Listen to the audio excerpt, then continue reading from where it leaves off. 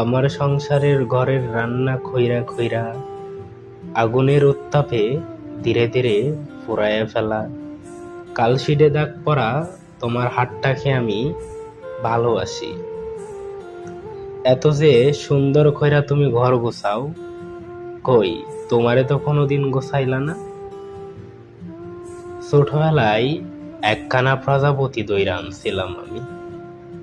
প্রজাপতির পাখার রং যখন আমার হাতে লাইগা গেল, তখন আমি বুক ভরা মায়া নিয়া তাকায়া দেখি প্রজাপতির পাখার রং আমার হাতটারে রাঙাইছে ঠিকই, কিন্তু ওর পাখাটা আর আগের মতো রঙিন নাই।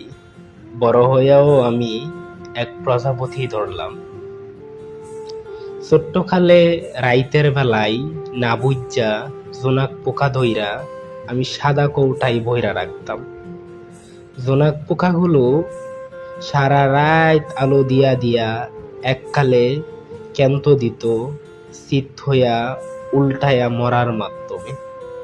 বড় হইয়াও আমি আবার এক জোনাক পোকা ধইরা আনছি।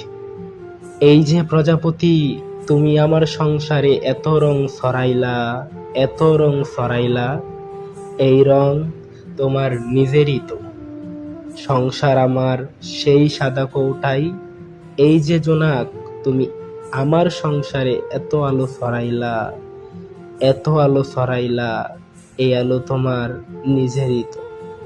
বিশ্বাস করো, আমি অনেক মায়া নিয়া তোমার মুখে তাকাই, আমি অনেক মায়া নিয়া তোমার মুখে তাকাই আর ভাবি, একটা মাত্র মশারির চারটা কোনা একটা বউ একা কেমনে টানাই।